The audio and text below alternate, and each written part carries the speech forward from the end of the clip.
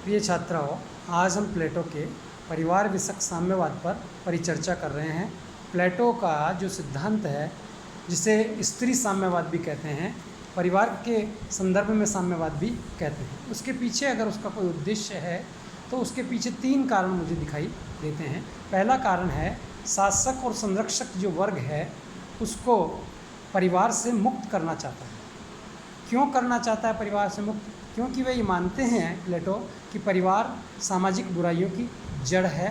परिवार के माध्यम से व्यक्ति में लालच उत्पन्न हो जाता है, परिवार के कारण व्यक्ति में लगाव उत्पन्न हो जाता है, परिवार के प्रति व्यक्ति स्वार्थी हो जाता है और परिवार के हित को महत्वपूर्ण स्थान देने लग जाता है, बल्कि राष्ट्र और समाज के हित के स्थान पर वो परिवार को सर्वोपरि मानता है। इसलिए प्लेटो ये चाहता है कि शासक के पास परिवार नहीं होना चाहिए, सैनिक वर्ग के पास भी परिवार स्थायी रूप से नहीं होना चाहिए। अगर वह स्थायी रूप से रहेगा तो राष्ट्र के कार्यों में उसे कर्तव्यच्युत होने के लिए वह अप्रत्यक्ष रूप से प्रभावित कर लेगा। जिस प्रकार से निजी संपत्ति से वह मुक्त रखना चाहता है शासक को, वैसे ही वह परिवार नामक जो उस व्यवस्था है, उस व्यवस्था के स्थान पर अस्थायी परिवार की व्यवस्था करना चाहता है। अर्थात पति पत्नी की व्यवस्था के स्थान पर प्लेटो नूतन व्यवस्था का निर्माण करके संतान की राष्ट्र के लिए उत्पत्ति का विचार प्रतिपादित करते हैं।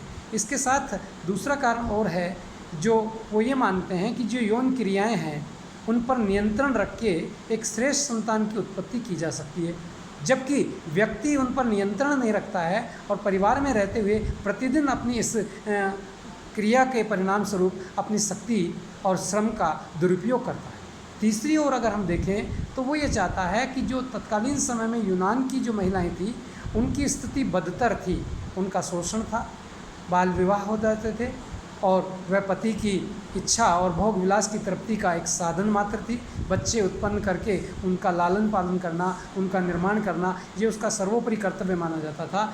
जबकि महिला की जो बौद्धिक क्षमता है उसका राष्ट्र को और लाभ नहीं मिलता। जब उनकी जनसंख्या देश की आधी जनसंख्या है, तो अगर आधी जनसंख्या का लाभ राष्ट्र हित में नहीं होगा तो एक प्रकार से राष्ट्र के विकास में, उन्नति के मार्ग में वह एक बाधा होगी। और तीसरी ओर जो स्वतंत्रता के स्थान पर स्त्री में जो दासत्व है, स्त्री का जो शोषण हो रहा है, उस शोषण से बचाने के लिए भी प्लेटो ये कहता है कि जिस दिन परिवार की उन्मुक्ति का अर्थात समाप्ति का दिन होगा, वही दिन महिला की स्वतंत्रता का दिन माना जाएगा। इसलिए प्लेटो ये कहता है कि स्त्री साम्यवाद शासक वर्ग के लिए आवश्यक है।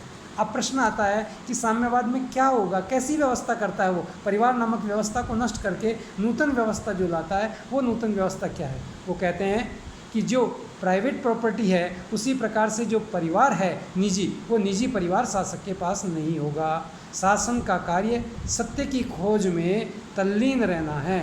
व्यक्तिगत संबंधों के स्थान पर राष्ट्रहित उसके लिए सर्वोपरि है और राष्ट्र के लिए संतान की जब आवश्यकता है तो उसके लिए वो ये कहता है कि जब श्रेष्ठ मादा और श्रेष्ठ कागा उत्पन्न करता है, उसी प्रकार से बलिष्ठ और श्रेष्ठ पुरुष और स्त्री के मध्य होने वाले समागम से श्रेष्ठ संतान की उत्पत्ति होगी, ऐसा वो चाहता है। इसलिए राष्ट्र के लिए श्रेष्ठ और जिससे शारीरिक सौष्ठव भी हो, बौद्धिक सौष्ठव भी हो, उसके जीन्स भी सुदृढ़ हों, इस प्रकार की बात करना चाहते हैं।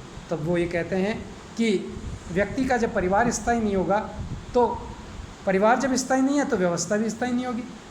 तो ऐसी स्थिति में वो कहता है कि फेस्टिवल्स अर्थात त्योहारों के समय, वसंत ऋतु के समय